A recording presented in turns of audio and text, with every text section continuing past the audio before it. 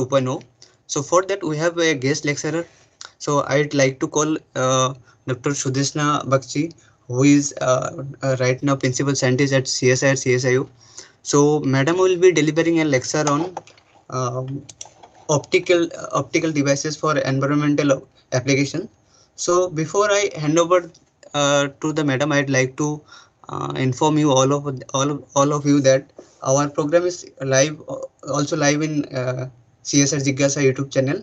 So kindly mute your mic and enjoy the show. Thank you, and over to you, ma'am. Sudeshna ma'am, over to you. Yeah, yeah. Thank you, Aminul. Uh, Good morning to everybody. Since this is a wide varying audience from different age groups, so I have tried keeping this presentation in a All very of you basic that mode. our program is And live, today also I'll live be in mainly talking about CSR Jigyasa YouTube channel. different So kindly monitoring mute your tools and mic and technique enjoy the for show. the Thank you. And environmental pollutants and other contaminants. So, myself, Dr. Sudeshna, I basically work on development and design of sensors and systems. I'm an electronics engineer and I'm a principal scientist at CSR CSIO Chandigarh. So, I'll start with my presentation. Well, I don't need to give a very big introduction about what is environmental pollution because most of you are aware about the harmful or the concerning effect that pollution has on different ecological systems. So I'll just briefly tell you that we already know what is a pollution, right? It is introduction of different contaminants or different harmful pollutants in our environment. So it has obviously adverse effect on the entire ecosystem, our health, uh, on agricultural produce products. So there are either primary pollutions and secondary pollution. Primary pollution that are introduced directly into our environment, that is air, soil, and water. And secondary contamination is like from this primary environment, it goes into different, such as into our food products also that we consume daily. So, today's lecture will be mainly focused on what are the different pollutants that are present in our environment and how do we detect it.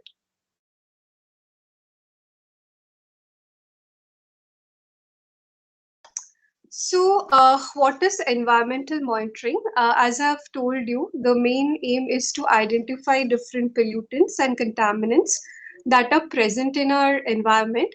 So, there need to be different tools and techniques that will not only identify and detect this hazardous pollutants surrounding us, but will also should help in developing certain mitigating strategies to fight this pollution and also different decision making processes to have a follow up processes to see how we can develop certain strategies, build up certain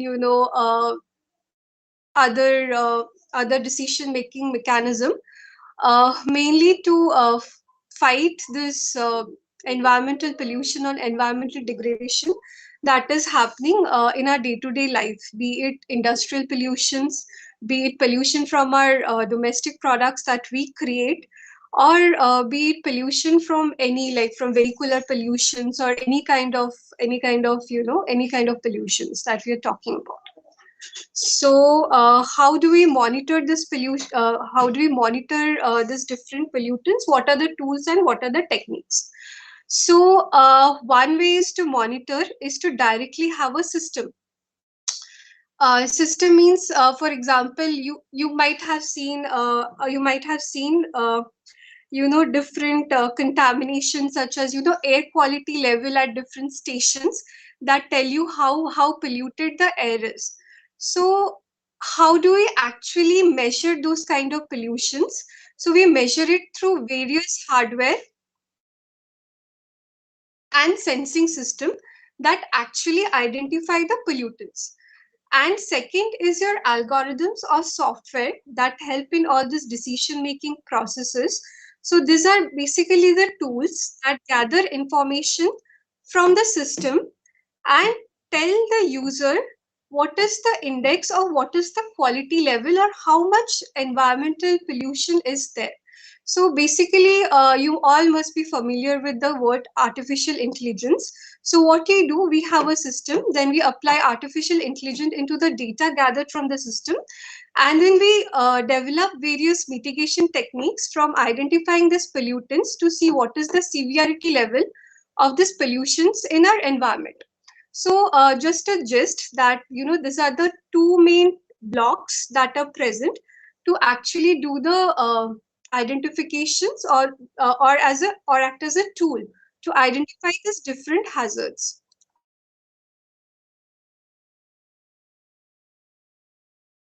Now I will be talking about only because there are wide number of pollutants. So I'll be only talking about a gist of focus on this pollutants, that is pollution in air, water, and food.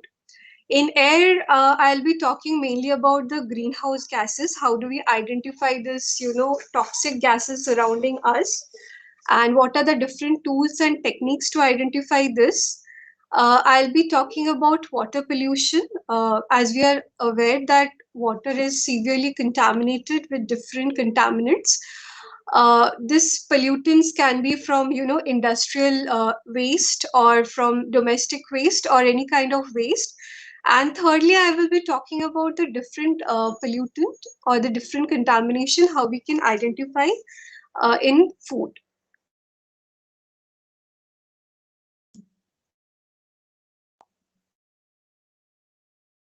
So you can always post questions if you have doubt. So I'll be happy to interact during the presentations. You need not wait till the end of the presentation. As I've already told, there are mainly two blocks that in a monitoring system. One is the system, that is the hardware portion, that actually identifies the different pollutant. And second is your software part, or your software part, or the artificial intelligence part, which actually tells you or translates the data gathered by the system to quantify how much of the what is the level or the what is the severity level of the pollution. So these are the major toolbox blocks in a system. First is the sensor. The sensory part is actually the part that senses your hazardous element or your pollutant. So we call it sensor. The sensor, what it does, it changes its physical property or any chemical property when it interacts with the pollutant. Second comes as the transducer. See, for example, if sensor changes its property, as a user, we will not be able to understand what is exactly happening. Because for us, we need to know something, we need to see some kind of a data to understand this pollution level. So transducer is nothing but it actually gathers information from the sensor, transduces the sensor signal and produces an useful information. Second is the processor. It is a main part of any kind of a hardware system that will process your data and act as an interface between your computer, your mobile phones, or any kind of graphical user interface. I'll give you an example on this. If you, for example, you all must be aware of different apps or different applications in Google Play that gives you that tells you what is the air quality index of your environment, as well as maybe the the temperature level, the humidity level, and other parameters. So how do we do that? There will be a sensor that will actually identify different pollutants. For when we talk about air quality level, we are talking about different kind of toxic emissions or greenhouse gases. Some of you might be aware of these emissions, such as carbon dioxide, okay, sulfur dioxide or nitrogen dioxide, that gets released from everyday vehicular combustions or any kind of industrial processes. So there will be different kind of sensors. For example, there can be a physical sensor or there can be a chemical sensor. What will physical sensor do? It will interact with the pollutant or any kind of hazardous contaminant and changes its property. For example, you might have seen this kind of sensor with the traffic police when they do the breath analysis test while driving. So what they ask you to do, they ask you to blow into the sensor and check the alcohol level in your breath. So in that kind of system, it has similar sensors, that is gas sensors, that actually changes its properties, such as it can change any kind of electrical property or any kind of optical property to identify the contaminant. In this case, it is alcohol in your breath. So, for example, electrical property, as in the sense, it might change the resistance of the sensor. So there is a change in resistance. Now, if I tell you that so much resistance has changed, but as a user, we will not be able to understand how do we correlate this change with the alcohol level. So we need different kind of more hardwares built into the system, such as a transducer or a processor, which will translate this change in property to an useful information and will do all the, they will have all the algorithms built inside it, which will directly give you the level of alcohol concentration rather than only the property change in your sensor. So these are the different building blocks of your sensing system. You have a sensor, you have a transducer, you have a processor that processes all the data, and finally the interface where you can see your information. It can be a simple, graphical interface built in your system that I have given just an example of the traffic police having the alcohol breath sensor. So there will be a display which displays the concentration of the pollutant or concentration of the toxic gas. It might have an interface with your computer. For example, here I'm talking about only one system.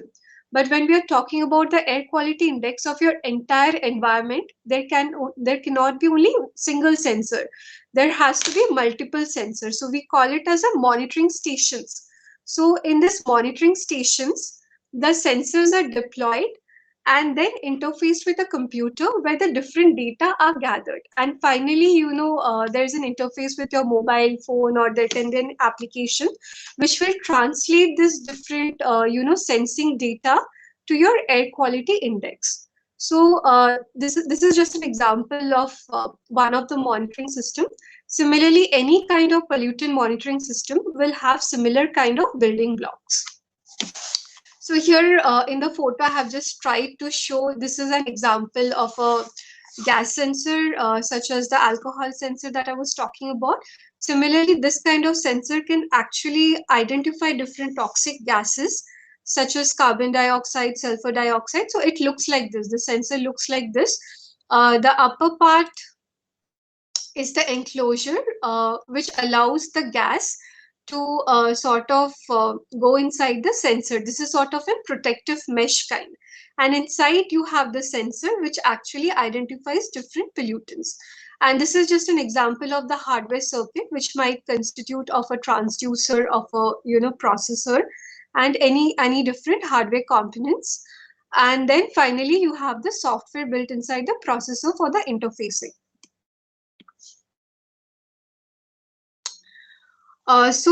This is just an example of a sensor that I was talking about. Sensor is nothing but it measures the change in property. It can ideally change its own property when it interacts with a pollutant or a contaminant, or it can identify the property of the pollutant too to give a output. And that output is actually transduced into an useful information that we as a user can understand. So the change can be two types, as I have mentioned. It can be an electrical change, electrical output, or it can be an optical base too. So this is just an example I was talking about of, about an alcohol sensor or any kind of gas sensor that you measure in your environment. For example, it will have a property when it is in the air, when there are no contamination is there. So when you introduce the contaminant in your environment, there will be a sudden peak or a sudden change in any one of the property. In this case, it is a resistance of the sensor or the conductivity of the sensor. Resistance and conductivity, those who are not aware of what is it is nothing but a property of a material. Is nothing but it opposes the current flowing inside it. You might have seen a simple copper wire or a transmission lines. So there that material has a property which is known as the resistance. So here we are using the property of the sensor, that is the resistance, and we are monitoring the change. So now when there is a change in the resistance level, this change will actually be proportional to your concentration of your pollutant. So by measuring this concentration, you can actually identify the pollutant. This is sort of an example of a resistance base. Similarly, there can be optical based sensors too, where it can change any kind of optical property. One of the major example is color. When it sort of interacts with your pollutant, the sensor changes its color. So visually, you can identify that there is pollutant in your atmosphere. You might also use this kind of detectors in your domestic purpose, also in your household too. Nowadays you might have seen there are LPG leakage alarms in your kitchen. So you have this kind of sensor interface or deployed near your kitchen area, where it will actually detect the leakage in your LPG cylinder or LPG pipeline. So there will be a change in its property, and it is actually transduced into the concentration of your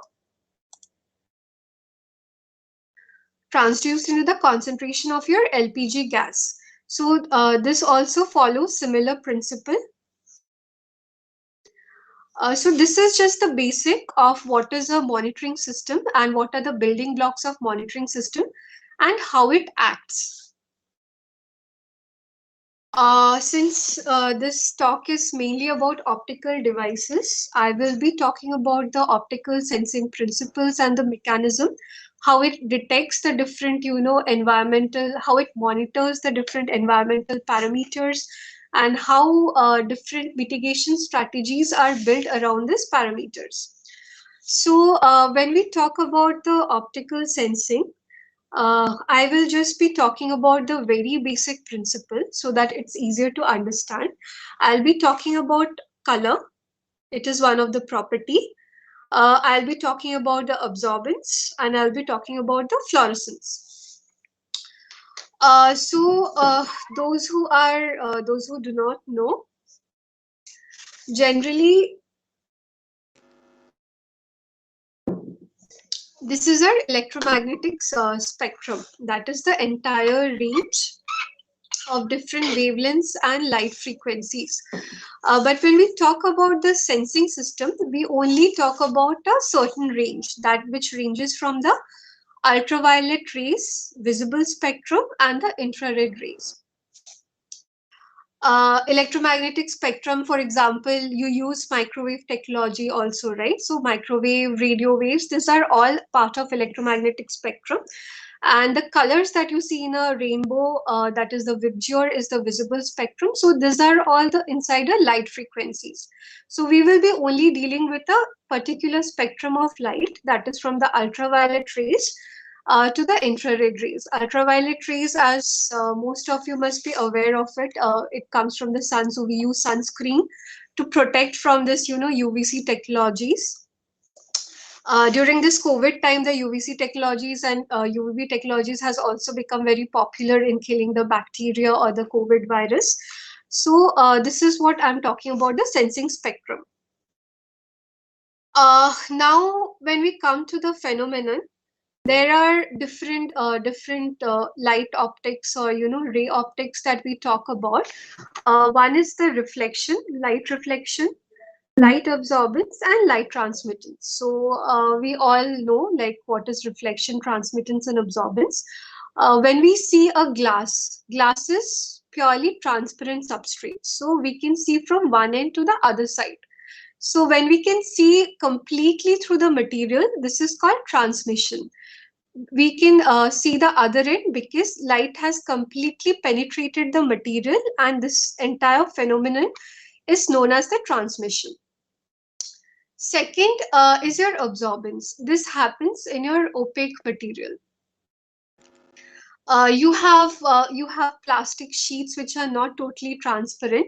You cannot see from one end to the other end, or you see just a a black material where where the light is completely absorbed. There is no transmission or light penetration inside the material. And third comes your reflection. These are all property of the material, how the material structure and the molecular structure of the material is oriented gives rise to this kind of phenomenon, light phenomenon, that is the interaction with the light. And in reflection, when the light is reflected from your material, it is known as the reflection. For example, you see red color in your fruit or red color in your apple. How do you see that? This phenomenon is known as reflection. It reflects light of that particular wavelength or that particular color, and whatever is reflected back, you see it as a color or visualize it as a color. So these are the three main phenomena: reflection, transmission, and absorbance. So we will be talking about your optical devices built around this three basic phenomenon of reflection, transmittance, and absorbance. So you can see this diagram too. Sorry. This actually shows how your light gets penetrated, light gets absorbed, and light gets reflected. So those who have started studying physics, they might have done some experiment on reflection of light, that is angle of incidence, angle of reflection, how how bending of light takes place when light travels from one medium to another, known as the refraction. So all this property of light interacting with the material is used for building an optical monitoring system. So this is what I was talking about. The interaction of light with material, the phenomenon that will happen is completely a property of the material. If the material at molecules are tightly packed, or if it's loosely packed, what is the packing density, what is the crystal orientation or crystal structure of the material, that will actually identify how the light will interact with your material. Will it reflect back, will it get completely absorbed, or will it get transmitted back? So this is, I hope this is visible, and this is a bit the clarity is a bit missing in the spectrum. This is actually the optical spectrum. As I was talking about, the amount of light that gets reflected back from your material, that is in the visible spectrum, gives the color of that material. So when we are talking about a monitoring device, we try to see this phenomenon. We use different tools, we use different devices to capture this phenomenon. Here it is an example. If you know what is a wavelength of light,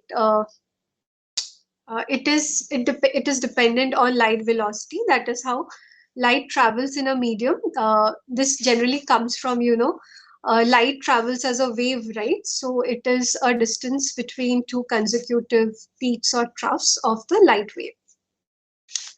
So when we are talking about the red spectrum in the visible range, the light is either absorbed or it gets lost in the other wavelength range, and only reflects back the wavelength range corresponding to the red color, and that is how we visualize the red color of the material. So this is the spectrum that we sort of use for building the optical devices.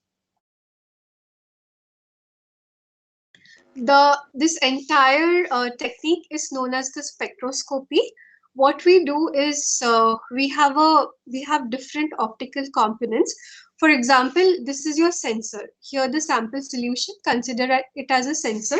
What happens is when it interacts with any kind of your hazardous component or your pollutant, this solution changes its optical property. There might be a change in color, or there might be change in any other property, for example absorbance. See, when we are talking about color, we are only talking about the visible spectrum, but when we are talking about the other phenomena like absorbance, reflection, it can be in the any wavelength range. For example, it can be in the UV visible wavelength range, it can be in the infrared range. Those ranges are not visible to the naked eye. So we need different, measurement devices, measurement systems to identify what is the property change that has happened inside the sensor. So what we do, these are the different components. We use a light source. We use a lens that will focus your light source into your sample. We can use a grating. See, if we only try to measure the property corresponding to a single wavelength, for example, we already know what happens is if it interacts with the pollution, for your sample solution is green color, it will change to red color. So we know the wavelength. So we can directly focus a red light source into our sample and measure what was the quantitative change in the property. If it is an absorbance, you can actually measure the change in the level of absorbance and correlate with it with the with your contamination or concentration of your hazardous pollutant. But when we're talking about spectroscopy, see, we are talking about the entire environment. It doesn't have one single pollutant. There are multitude of different pollutants or a mixture of different pollutants, so it can never happen that you can only monitor one single pollutant. So what you do, you have an array of sensor or you have a single sensor, and you try to sweep or you try to measure the property change in the entire wavelength range, starting from UV to visible spectrum to infrared range, and see what are the changes that is happening rather than only measuring it at a particular wavelength. So this entire process is known as the spectroscopy, wherein you actually try to sweep a broadband source onto your sensor and try to measure what exactly is happening inside the sensor. So to do that, we need a prism. See, most of you are aware of the dispersion process, that when you shine a white light into a prism or you shine a white light into something similar to a prism structure, which is also known as grating, uh, due to refraction or the bending of light, the light components get uh, there are breakage of light components into different wavelength range. That is, you can entirely see the visible spectrum similar to the rainbow. Uh, just give me 1 minute. So I will lecture you about that.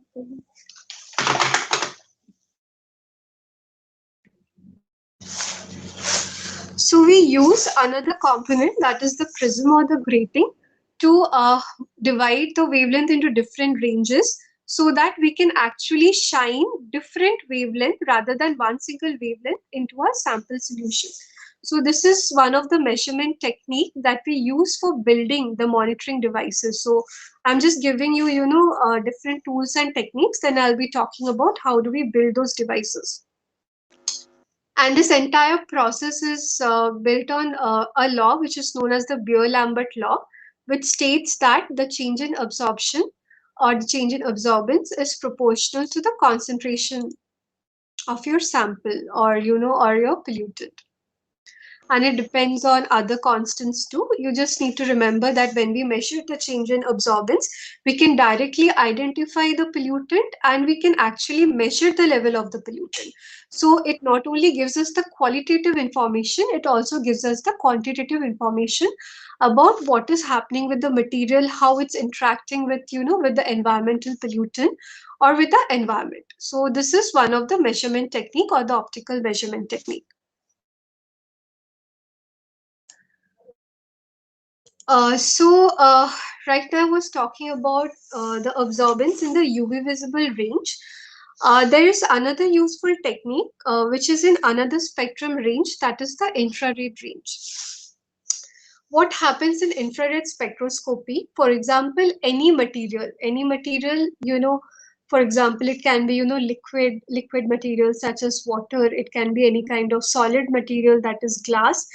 uh, they have different kind of structure. I think all of you have studied a little bit of chemistry, and you know the bonding of different elements in a material. So what does this infrared spectroscopy does? It does nothing. When you shine this infrared light onto your material, it excites this different covalent bonds inside your material structure, and they start vibrating. There can be different kind of vibrations based on the bonding of the material. That is, it can be a single bond, it can be a double bond, and there will be vibrations in its place. There will be rotational vibrations, there will be linear vibrations. So during these vibrations or this different bonds, it absorbs the infrared light.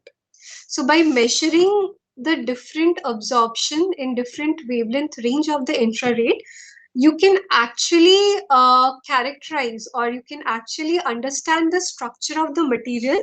What are the different groups present inside the material, and what are the different bonds present inside the material? See, what happens is when your material interacts with your pollutant or your hazardous contaminant, there is a change in property of the material.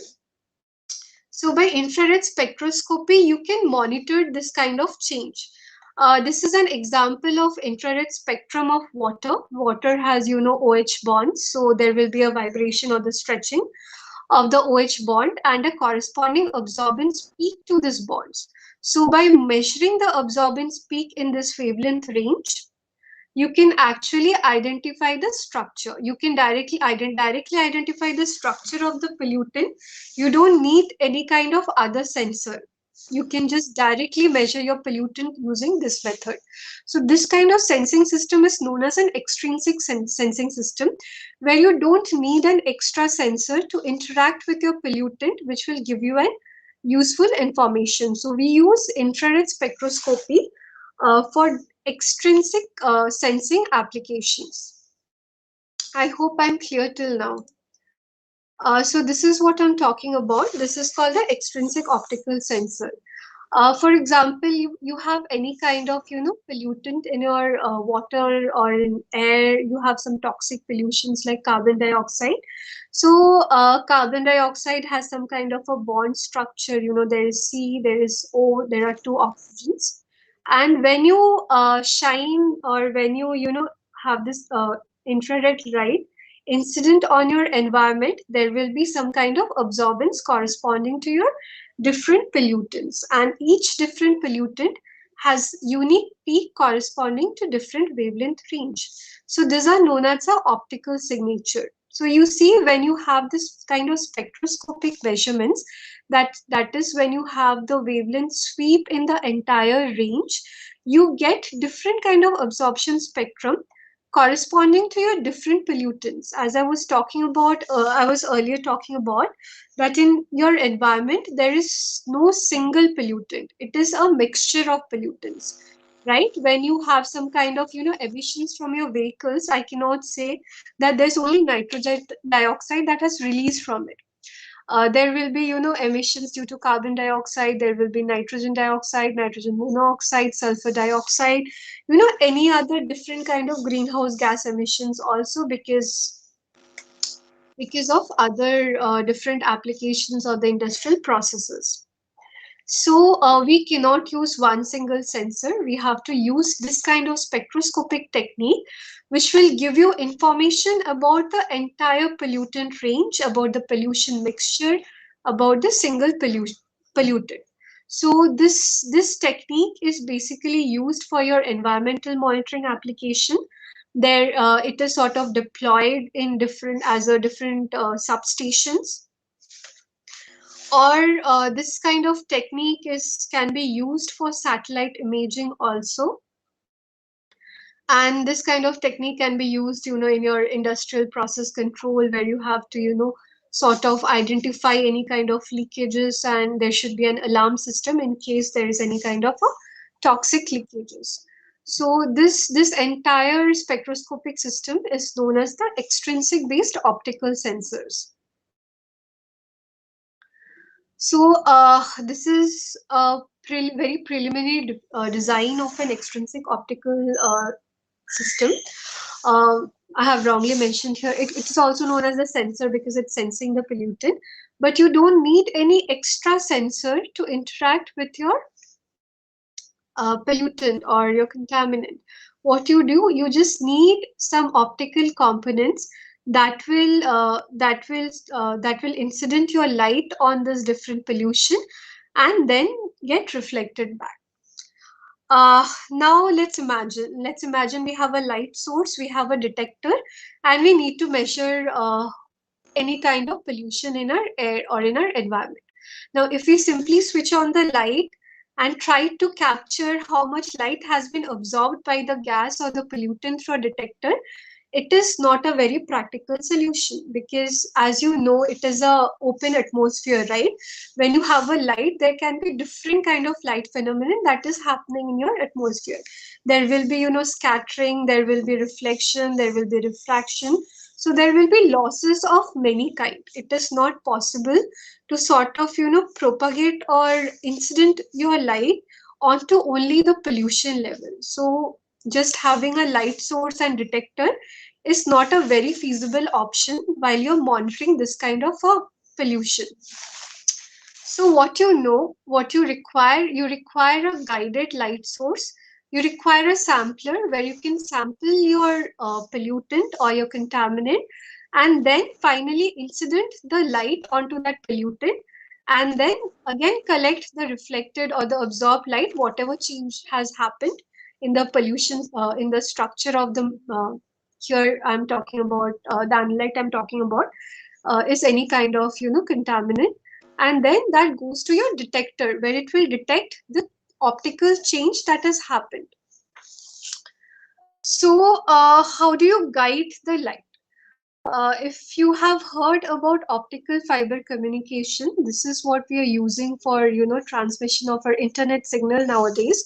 We use an optical fiber to guide the input light to your contaminant or the pollution or the environment around you, and then again we use this optical fiber to collect the guided light back into the detector, which will actually detect how much of the polluted level is present in your atmosphere. So optical fiber mainly works on the principle of total internal reflection. That is how it reflects the entire information or guides the entire light inside it. So if you don't know what is total internal reflection, it is nothing like, when there is an angle of incidence, there are supposed to material two different materials of different property. When any light is incident on the interface between the two materials, either the light will reflect back because of the properties of the material, or some of it will get transmitted from one medium to another based on property, which is the refractive index of the material. There will be a bending of light. The bending can be away from the normal or towards the normal based on the refractive indices. So when the angle of your light matches incidence, matches the known angle known as the critical angle, there will be a refraction of light along the plane of incidence or at a 90-degree angle.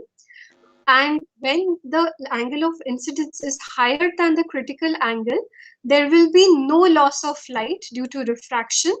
All your light will get completely reflected back. So this is known as the total internal reflection.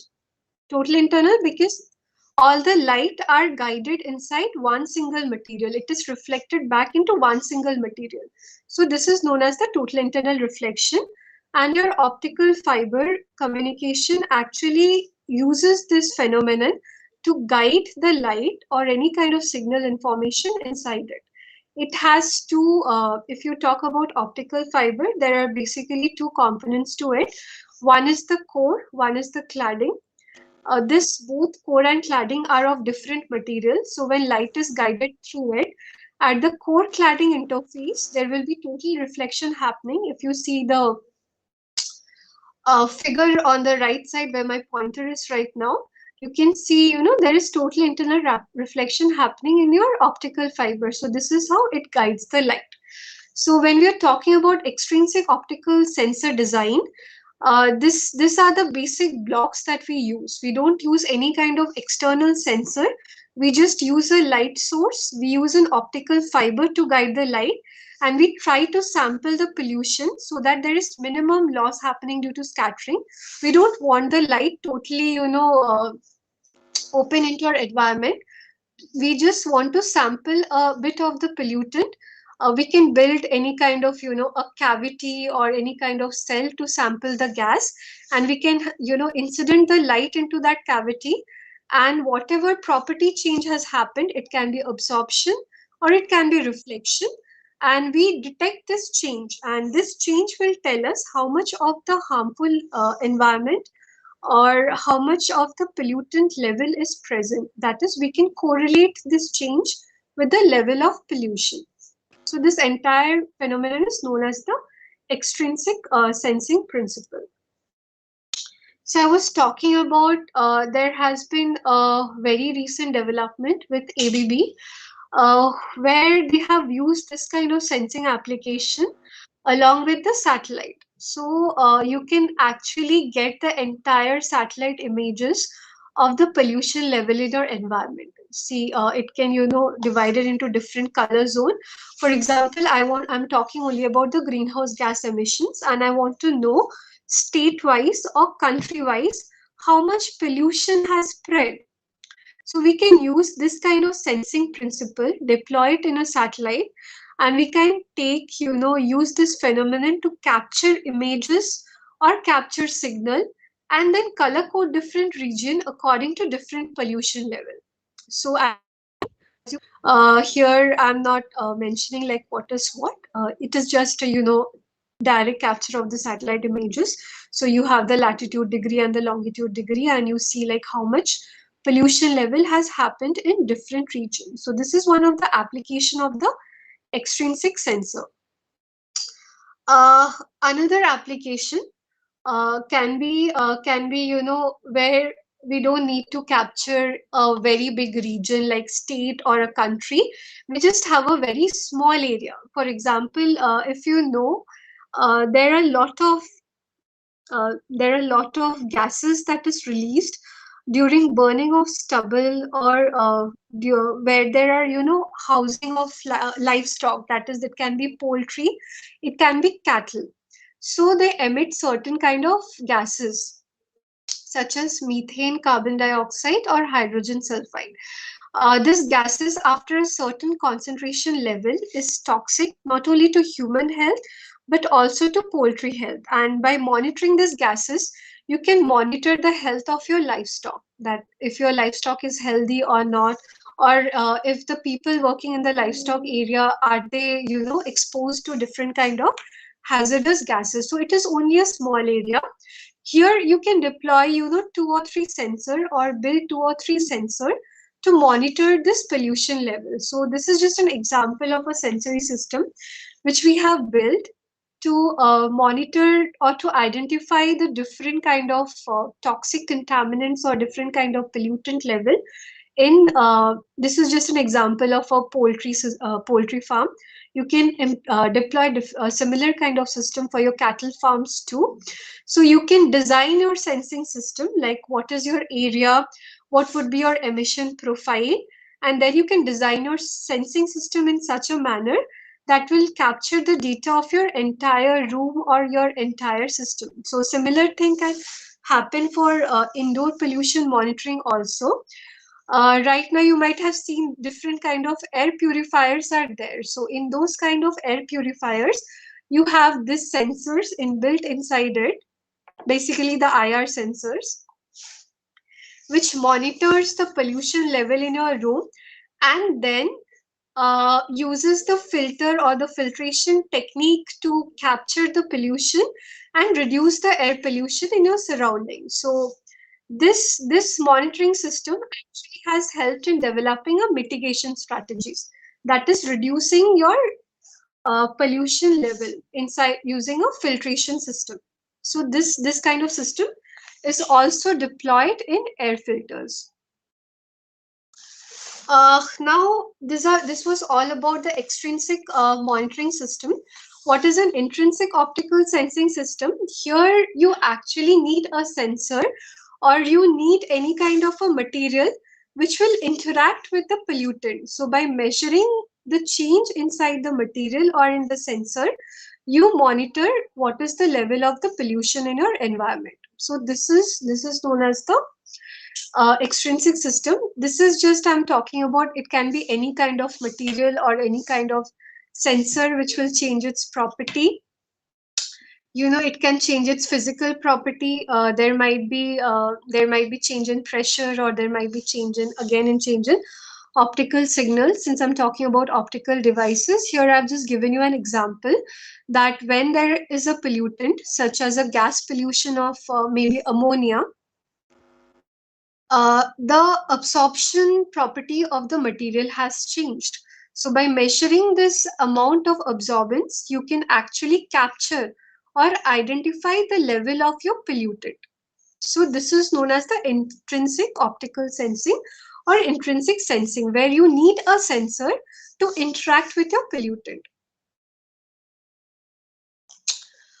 So these are the example of an intrinsic optical sensor. You might be familiar with pH sensing, which gives you different color. There is a strip which changes its color based on the pH of the water. If the water is too acid, if the acidity level of the water is too high, or if the water is too alkaline. So this is an example of an intrinsic sensing system where the material has interacted with the with the contaminant. In this case, I'm just talking about the H plus ion in the water, and its property has changed. In this case, a color. Similarly, any kind of pollutant in your water, maybe lead, maybe copper, or maybe any other heavy metals, or maybe arsenic, there will be you can build a sensor or a material in such a way that when there is a change in the concentration level of the pollutant, there will be change in the color. So by measuring the change in the color, you can identify the level of the pollutant as well as the type of pollutant. So this is just an example. You have such devices. This device is known as the colorimeter. It has the building block similar to the spectrometer that I have shown earlier. It will have a light source. It will have the material. It can be a strip or any kind of solution, and it will have a detector and other optical element where you shine the optical light source into your sensor, which actually interacts with your pollutant, and then you measure whatever changes happened inside your sensor using a detector. So this is an example of an intrinsic sensing system. One of the other application that we are working on is food quality. So as I've told you, see, when we are talking about environmental pollution, we mainly talk about, water, air, soil. But from this, there is contamination in your food sources too.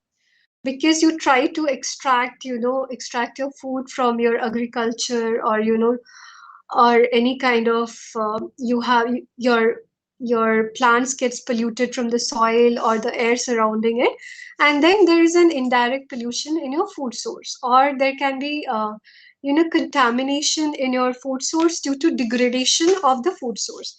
Here I have just given you an example. All of you, I think all of us are very fond of fried foods or fried snacks. We go and have some samosas. So, when there is frying of the oil, or when there is too much frying of the oil, there is degradation of the oil that takes place. It also takes place in our household when we when we fry some puris or samosas, and then try to reuse the oil multiple number of times, or we try to store a particular oil in open light or sunlight. With time, there is a degradation happening. This degradation is known as the rancidity. See, when you fry any kind of food, if you smell the oil, you will get some kind of a rancid smell. So it can be also because of the food that you have fried, and it can also be because of the degradation that has happened in the edible oils. So when there is a degradation, it releases certain metabolites. It is similar to the gas.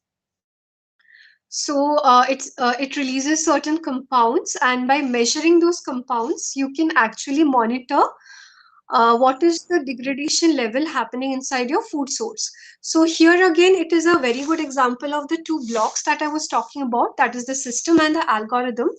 You use a system to identify these different compounds, and then you use the software to separate these compounds which is actually from your food source or which is actually from your degradation. So this kind of separation is known as the classification. So we build our system in such a way that we can identify this kind of degradation happening in your food source.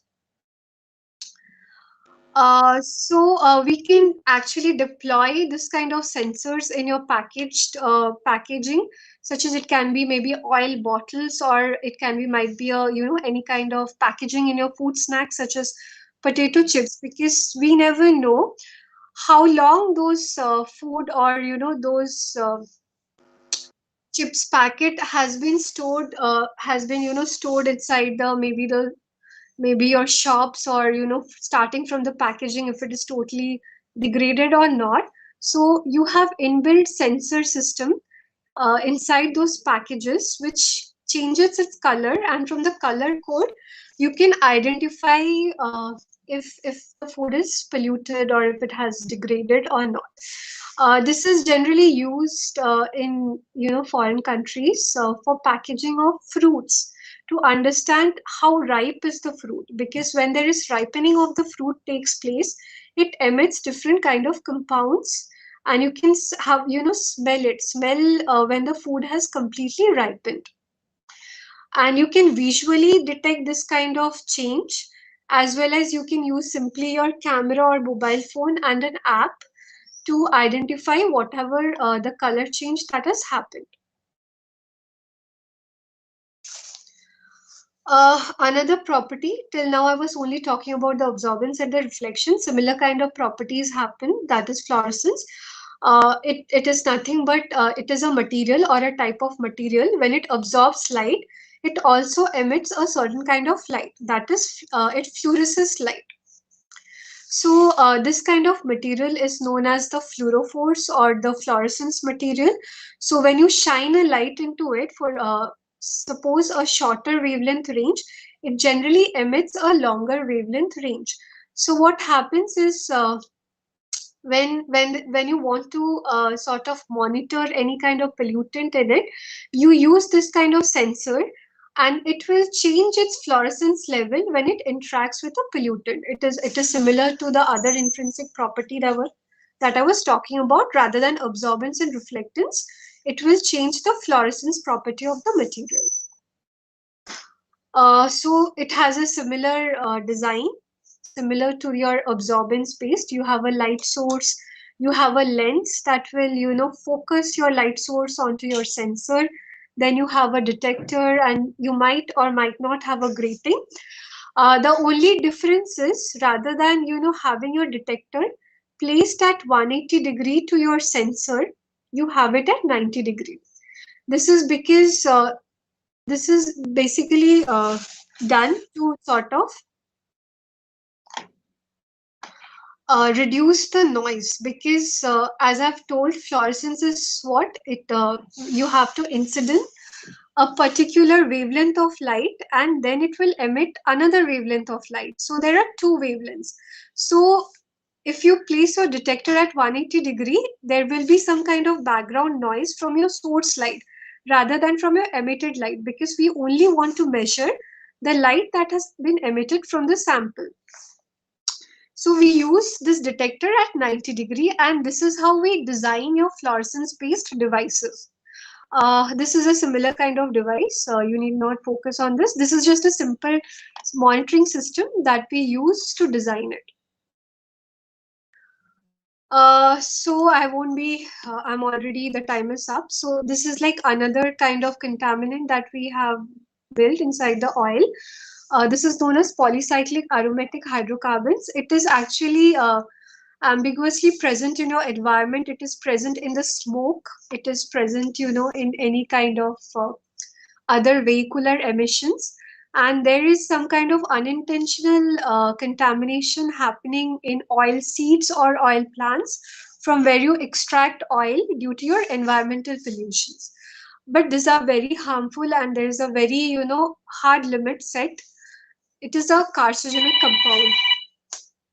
So you try to measure, so before, so you try to measure the contamination level in your food source or in your environment uh, for this kind of compounds. This is an example of extrinsic sensing, because in this kind of compounds, you don't need any kind of extra sensor. This kind of compounds has its own fluorescence signal. So by measuring the fluorescence signal, you can actually identify this kind of compounds. So this are the this has its inherent fluorescence property. So this is just an example of an optical device that we have built to monitor this kind of fluorescence property of this kind of this aromatic hydrocarbons. This is just an example of edible oils. This is also present in your air or in your atmosphere, in soil, in water. This is unanimously present everywhere. So you need to monitor. This has a very stringent policy of monitoring. Then again, you can, monitor different pollutants in your water using a sensor that has a fluorescence property. Here I've shown you an example. When it interacts with your pollutant, there is a change in fluorescence property. For example, here it is an on-off signal. When there is a pollutant present, the fluorescence property of the material has completely quenched. That is, there is no more fluorescence signal. So by measuring this on-off fluorescence signal, you can identify the type of pollutant, or you can identify the level of your pollutant, and you can build your monitoring system around this kind of mechanism. Well, that's all. Like, I have tried to touch basic phenomena and try to show you some real-time application of this light phenomenon or devices that is happening. So that's all from my side. If there are any questions, you can ask.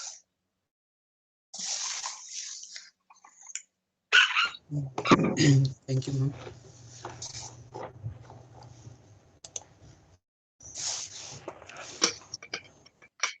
Any Uh, questions, Amelia? I'd like to ask participant for any questions. If you have any doubts, you can ask.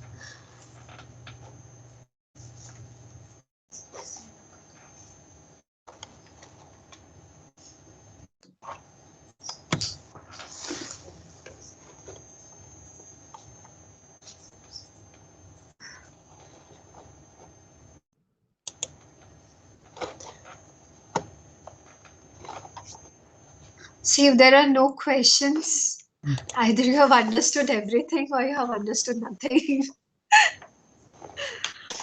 I'm hoping it's the first one.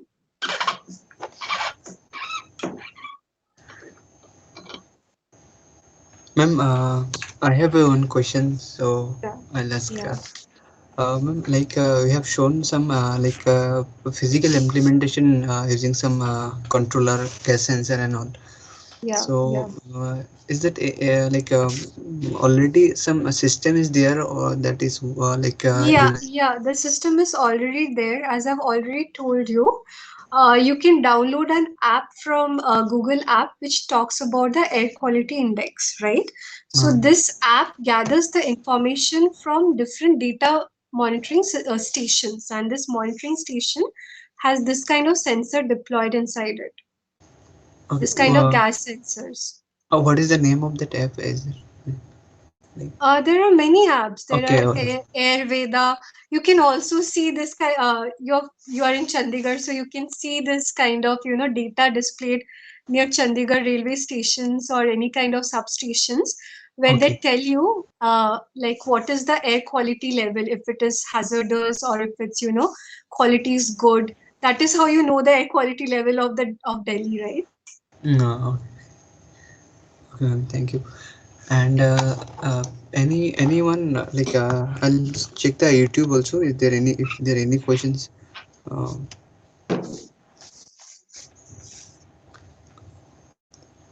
Someone has asked about tell me something about Bluetooth. So I think there was no topic related Bluetooth in this session. I hope. No, I have just shown you one of the building blocks earlier. Mhm. This is nothing for your, data transmission. So what you do is, here I was talking about these different building blocks. So in this transducers and processor or in this hardware system, you have a Bluetooth chip inbuilt inside, either inside the processor, or you can have a Bluetooth chip built inside your hardware. And this Bluetooth will actually communicate with your mobile phone or your computer to transmit the data gathered from your sensor. Okay. So this is just one of the component of your entire monitoring system. Uh, Thank you, ma'am. I think there is no questions further and from the audience. Okay. Uh, Okay. Thank you so, guys. I'll move forward to board of things, and I'd like to ask Dr. Nirja ma'am, is there, if she wants to say anything. No, it's okay, Aminul. You can Okay. formally close the meeting. Okay. Thank you, all the scientists from various labs for your participation, and I'd like to thank all the school students and teachers for your cooperation. I have seen some KB from some KB they are like attending this webinar. So thank you to all, and at last I'd like to thanks uh, Dr. Sudeshna Bagchi for your wonderful lecture, and it was a beautiful content that could help in many in various uh, to build various physical implementation regarding pollution control and all. So thank you, ma'am, and thank you all the Jigyasa team for your support for to complete this session successfully. Thank you. Thank you, ma'am. So I'm logging off now, right? Okay, ma'am.